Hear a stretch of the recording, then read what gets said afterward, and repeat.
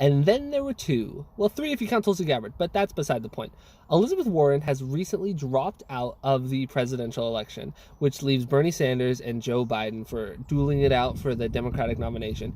And so a lot of you are probably thinking, Elizabeth, why couldn't you have dropped out before Super Tuesday? Bernie Sanders probably could have won Massachusetts. He probably could have won a couple other states if she had dropped out before Super Tuesday, but instead she stayed in, potentially siphoned off some votes from him, and then Joe Biden was able to win a lot more states than was expected.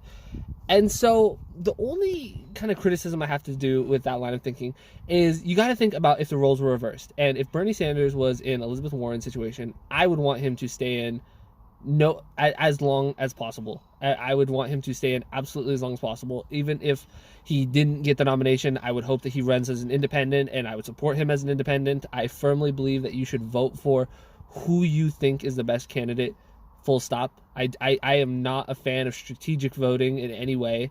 I think that you should vote for who most aligns with the way that you feel. I really wish that that's how everybody treated politics, because I feel like things would be a lot different if they did it that way, but they don't.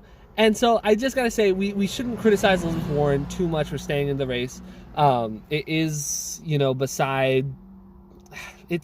it's an unfortunate reality. It just is. Now, what I do have to say is that she's choosing not to make an endorsement. As of right now, she is not making an endorsement, and that says a lot. It really does. A lot of people criticize Elizabeth Warren pretty heavily for not endorsing Bernie Sanders back in 2016. She endorsed Hillary Clinton, and that surprised a lot of people because Elizabeth Warren aligns a lot closer ideologically with Bernie Sanders, and so there was definitely some political maneuvering on her part that went with that endorsement. It looks like that's happening again because just the fact that she's not endorsing Bernie Sanders says everything. That says everything that you need to hear. Like the fact that it's even a decision. Because we are looking at right now, the race has gotten so simple. We are looking at Bernie Sanders versus Joe Biden, the old guard of the Democratic Party and the new guard of the Democratic Party. This should not be a difficult. If you are a progressive candidate, if you are a progressive voter, this should not be a difficult decision. Bernie Sanders should have your support if you consider yourself a progressive. Full stop. It's not even a question. Joe Biden voted for the Iraq War. He supported the Wall Street bailouts. He voted for the Patriot Act. He voted for NAFTA, TPP. He is not a progressive. He is just not a progressive. AOC said it best. In a just perfect world, she would not be in the same party as Joe Biden. I agree with that. They are so ideologically different. It shouldn't be a decision. And so it says a lot that Elizabeth Warren is choosing not to endorse Bernie Sanders. Does she have to endorse Bernie Sanders? No, absolutely not. She doesn't have to do anything. She should do whatever she wants. If she wanted to still be in the race, I would say stay in the race as long as you want. Stay in it to the convention. Run as an independent. I really believe that. I really believe that people should do, if you have an ideology and you believe in that ideology, you should do what you need to do to get that ideology implemented.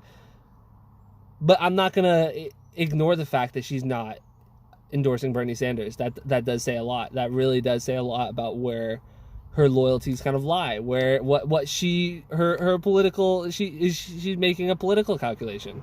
She's not making what she thinks is best for the country, because I do believe that Elizabeth Warren does have some progressive beliefs, but she is choosing to side against those beliefs, and at least up to right now, not endorsing Bernie Sanders. Now, will she eventually endorse Bernie Sanders? Maybe. She might choose to endorse him.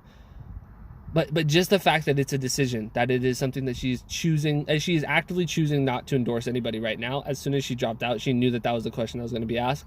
Obviously, it's an endorsement. It's just saying, oh, I support this person over the other person. I get some people like to stay kind of neutral. They don't like to put their opinions out there. But as a formal candidate, I believe it is appropriate to ask who you support after you leave the race. And the fact that Elizabeth Warren isn't endorsing Bernie Sanders, I really think says a lot about the turn that she has kind of made in her political career. She's going to continue being a senator. I hope that she goes back to her progressive roots. I hope that if Bernie Sanders becomes president, I hope that she is an ally to Bernie Sanders in the Senate. She could really do a lot of good there. So we'll see what happens, but I am actually pretty happy with this turn of events. It is really, like I said, if we're forgetting about Tulsi Gabbard, who probably, I would imagine, won't be in the race too much longer. We'll see.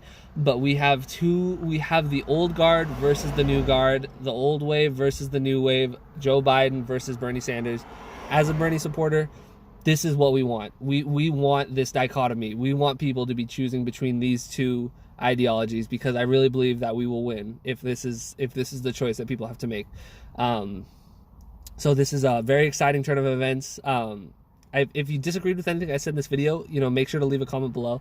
But if you did enjoy this video, make sure to like and subscribe, and have a great day.